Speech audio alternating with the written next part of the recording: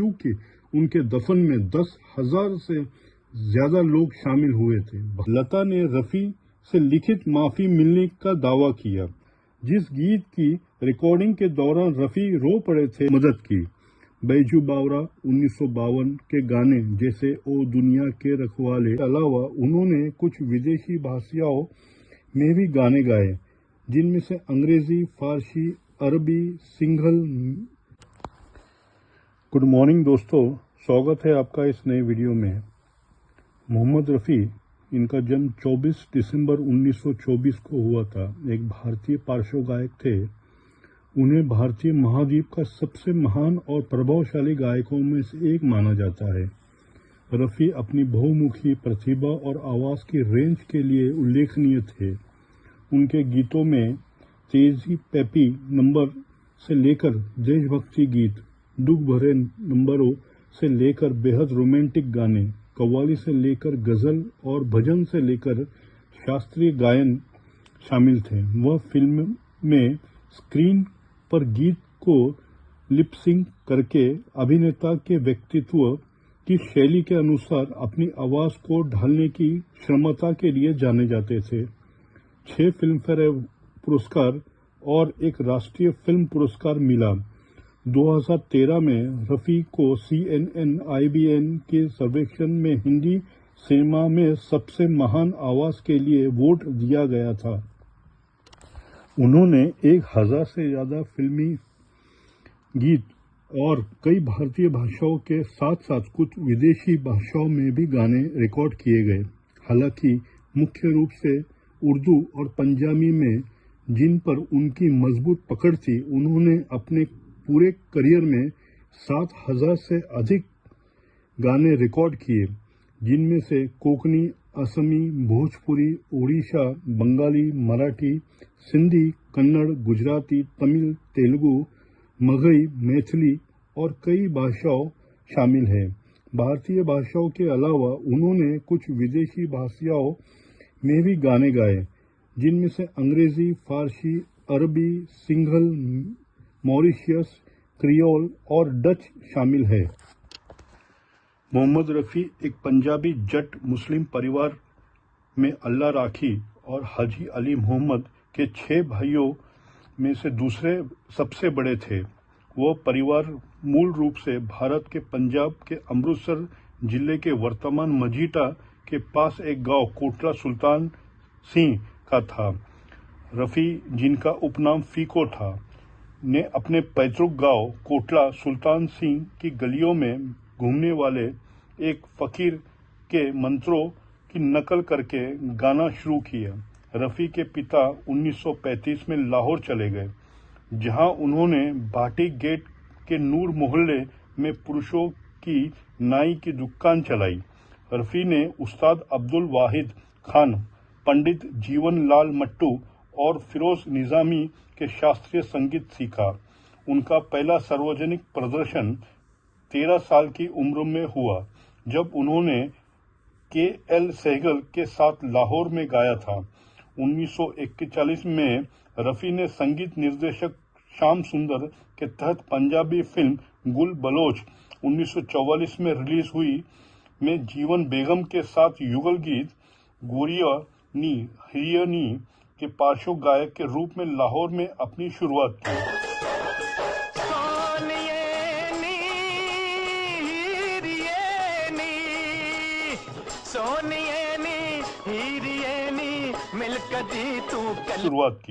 उसी वर्ष रफ़ी को all India radio Lahore station द्वारा उनके गाने के लिए आमंत्रित किया गया था। उन्होंने 1945 में गांव की गोरी से हिंदी फिल्मों में पदार्पण किया। मुंबई में प्रारंभिक करियर 1944 में रफ़ी मुंबई महाराष्ट्र चले गए। उन्होंने और हमीद साहब ने भीड़ भाड़ वाले भिंडी बाजार इलाके में 10 गुना 10 फीट का कमरा किराए पे लिया। कवि तनवीर नकवी और उन्हें अब्दुल रशीद कारदार, महबूब खान और अभिनेता निर्देशक नजीर सहित फिल्म निर्माताओं से मिलवाया। श्याम सुंदर बम्बई में थे और उन्होंने रफ़ी को GM दुर्रानी के साथ एक युगल गीत गाने का अवसर दिया। आजी दिल हो काबू में तो दिलदार की ऐसी तैसी, गाँव की गोरी के लिए जो रफ़ी का हिंदी फिल्म में पहला रिकॉर्ड किया गया था गीत बन गया। उसके बाद अन्य गाने भी आए। नौशाद के साथ रफ़ी का पहला गाना AR कारदार की पहले आप 1944 से श्याम कुमार, अलाउद्दीन और अन्य साथ हिंदुस्तान के हम है था। लगभग उसी समय रफ़ी ने 1945 की फिल्म गाँव की गोरी के लिए एक और गाना रिकॉर्ड किया, अजी दिल को काबू में। अजी दिल हो काबू में तो, अरे दिल हो काबू में तो दिलदार। इस गाने को वह अपना पहला हिंदी भाषा का गाना मानते थे। रफ़ी 2 फिल्मों में नजर आए। वो फिल्म लैला मजनू 1945 में, तेरा जलवा जिसने देखा, और फिल्म जुगनू 1947 में वो अपनी याद दिलाने को गाने के लिए स्क्रीन पर दिखाई दिए। उन्होंने कोरस के हिस्से के रूप में नौशाद के लिए कई गाने गाए, जिनमें से KL सहगल के साथ फिल्म शाहजहां 1946 का मेरे सपनों की रानी रूही रूही भी शामिल है। रफ़ी ने महबूब खान की अनमोल घड़ी 1946 से तेरा खिलौना टूटा बालक और 1947 की फिल्म जुगनू में नूरजहां के साथ युगल गीत यहाँ बदला वफा का गाया। विभाजन के बाद रफ़ी ने भारत में ही रहने का फैसला किया और अपने परिवार के बाकी सदस्यों को बम्बई भेज दिया। नूरजहां पाकिस्तान चली गई और पार्श्व गायक अहमद रुश्ती के साथ जोड़ी बन गई। 1949 में रफ़ी को नौशाद, चांदनी रात, दिल लगी और दुलारी, श्याम सुंदर बाजार और हुस्नलाल भगतराम, मीना बाजार जैसे संगीत निर्देशकों द्वारा एकल गाने दिए। KL सहगल, जिन्हें वो अपना पसंदीदा मानते थे, के अलावा रफ़ी GM दुर्रानी से भी प्रभावित थे। अपने करियर की शुरुआत चरण में वह अक्सर दुर्रानी की गायन शैली के अनुसार करते थे, लेकिन बाद में उन्होंने अपनी अनोखी शैली विकसित की। उन्होंने दुर्रानी के साथ हम को हंसते देख जमाना जलता है, हमको हंसते देख जमाना जलता है, चोर बनो या मोर यहाँ सब चलता, और खबर किसी को नहीं वो किधर थे, वो किधर को देखते हैं ये कौन जाने। बेकसूर 1950 जैसे कुछ गाने गाए। 1948 में महात्मा गांधी की हत्या के बाद हुस्नलाल भगतराम, राजेंद्र कृष्ण रफ़ी की टीम में रातों रात सुनो सुनो ए दुनिया वालों बापूजी की अमर कहानी गीत तैयार कर दिया था।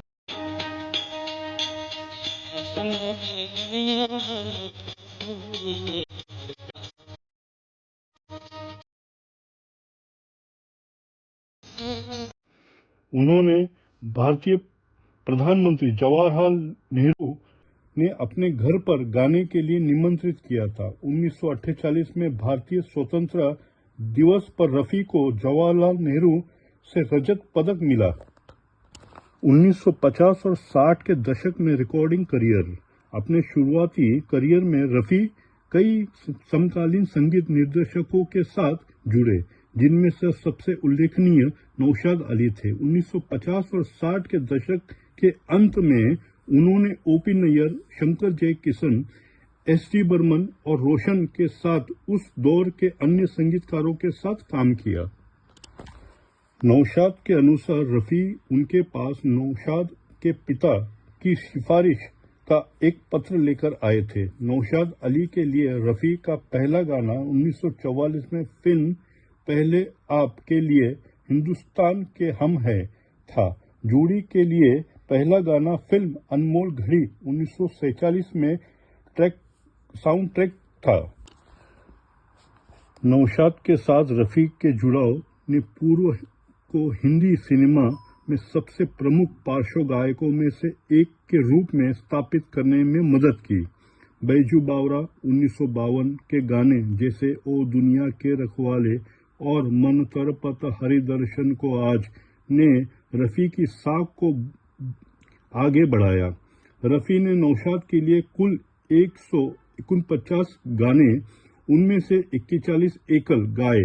रफ़ी से पहले नौशाद के पसंदीदा गायक तलत महमूद थे। एक बार नौशाद ने तलत को रिकॉर्डिंग के दौरान धूम्रपान करते हुए पाया। बैजू बावरा फिल्म के सभी गाने गाने के लिए रफ़ी को काम पर रखा। एस.डी. बर्मन के साथ काम करे। एस.डी. बर्मन ने रफ़ी को देव आनंद और गुरुदत्त की गायन आवाज के रूप में इस्तेमाल किया। रफ़ी ने बर्मन के साथ 37 फिल्मों में काम किया, जिनमें से प्यासा 1957, कागज के फूल 1959, काला बाजार 1960, 9-11 1957, काला पानी 1958, तेरे घर के सामने 1963, गाइड 1965, आराधना 1969, इश्क पर जोर नहीं 1970 और अभिमान शामिल है 1973। शंकर जयकिशन के साथ काम किया। शंकर जयकिशन के साथ रफ़ी की साझेदारी फिल्म उद्योग में सबसे प्रसिद्ध और सफल रही। उन्होंने उनकी पहली फिल्म बरसात 1949 से उनके साथ काम किया। शंकर जयकिशन के तहत रफ़ी ने शम्मी कपूर और राजेंद्र कुमार जैसे अभिनेताओं के लिए अपने कुछ गाने तैयार किए। कुछ 6 फिल्म फेयर पुरस्कार से भी रफ़ी ने एस.जे. गीतों के लिए 3 पुरस्कार जीते। तेरी प्यारी प्यारी सूरज को, बहारों फूल बरसाओ और दिल के झरोके में गीत याहू चाहे कोई मुझे जंगली कहे रफ़ी द्वारा गाया गया था, जो तेज गति वाले ऑर्केस्ट्रा और शंकर जयकिशन की रचना से मेल खाता था। एस.जे. ने रफ़ी को फिल्म शरारत, अजब है दास्तां तेरी ये जिंदगी में किशोर कुमार के लिए पार्श्व गायन दिया था। रफ़ी ने शंकर जयकिशन के लिए कुल 341 गाने गाए, 216 एकल। इस संयोजक की फिल्में आवारा, बूट पॉलिश, बसंत बहार, प्रोफेसर, जंगली, असली नकली, राजकुमार, सूरज, संगम, ब्रह्मचारी, आरजू, इवनिंग इन पेरिस, दिल तेरा दीवाना, यकीन, प्रिंस, लव इन टोक्यो, बेटी बेटे, दिल एक मंदिर, दिल अपना और प्रीत पराई, गबन और जब प्यार किसी से होता है।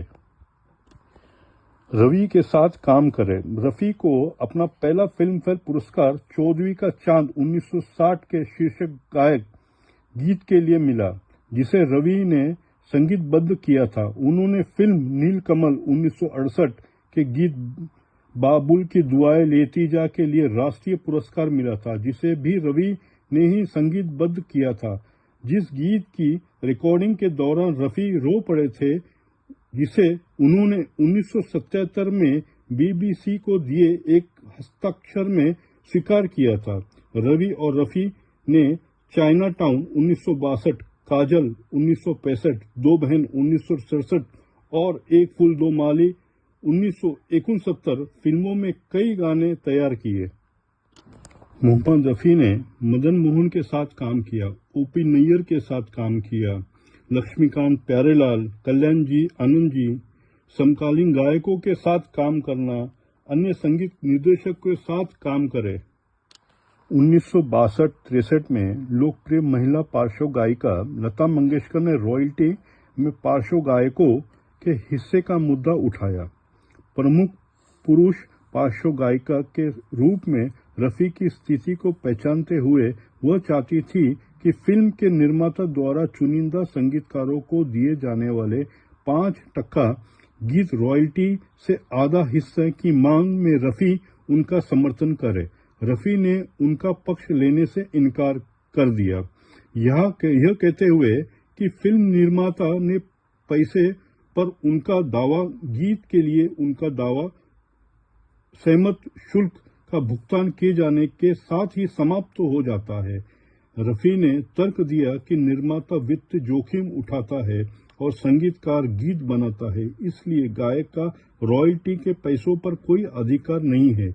लता ने उनके रुख को रॉयल्टी के मुद्दे पर एक बाधा के रूप में देखा और कहा कि गायक के नाम की वजह से ही रिकॉर्ड बिकते हैं।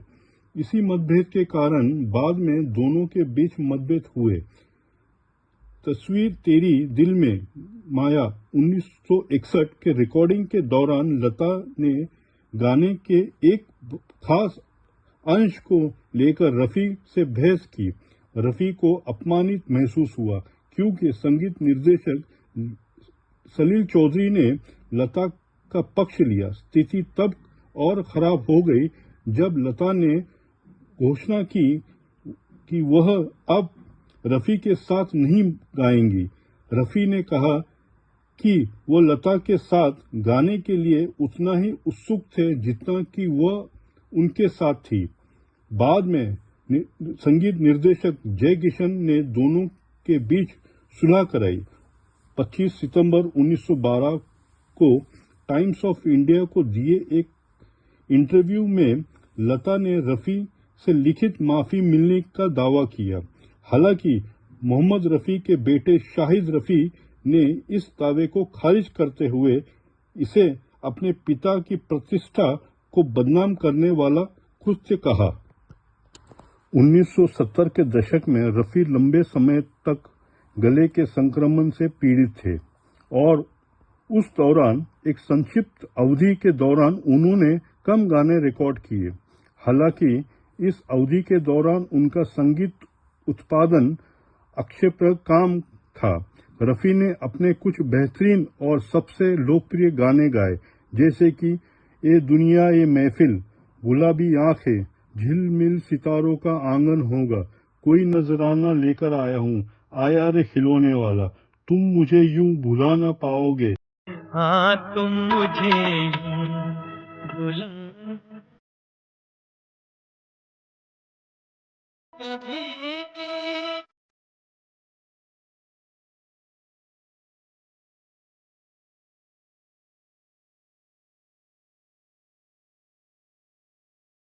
रे मामा रे, नफरत की दुनिया को ये दिल जो चिलमन है, कुछ कहता है ये सावन, कितना प्यारा वादा, चलो दीदार चलो, आज मौसम बड़ा बेईमान है, चुरा लिया है तुमने यादों की बारात निकली है आज दिल के द्वारे, तेरी बिंदिया रे, आदि कुछ नाम है।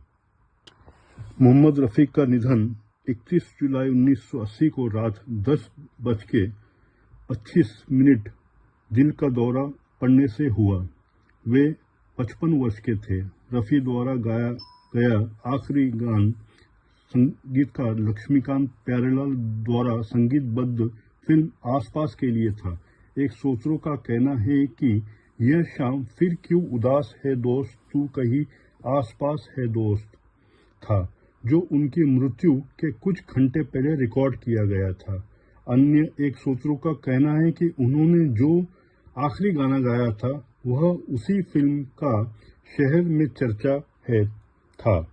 रफी को जुहू के मुस्लिम कब्रिस्तान में दफनाया गया। उनका दफन भारत में सबसे बड़े अंतिम संस्कार जुलूस में से एक था, क्योंकि उनके दफन में 10,000 से ज्यादा लोग शामिल हुए थे। भारत सरकार ने उनके सम्मान में 2 दिवसीय सार्वजनिक शोक की घोषणा की।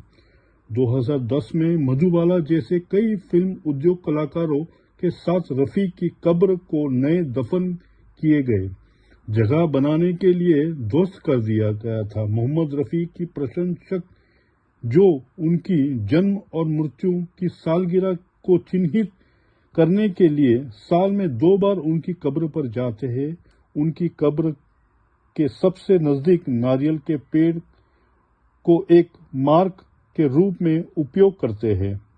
दोस्तों, ये वीडियो अच्छा लगा है तो लाइक, शेयर, कमेंट जरूर करिएगा, हमें सपोर्ट करिए और अधिक नए वीडियो देखने के लिए आप जरूर सब्सक्राइब करिए। मिलते हैं अगले वीडियो में, तब तक के लिए अपना ख्याल रखिए। जय हिंद।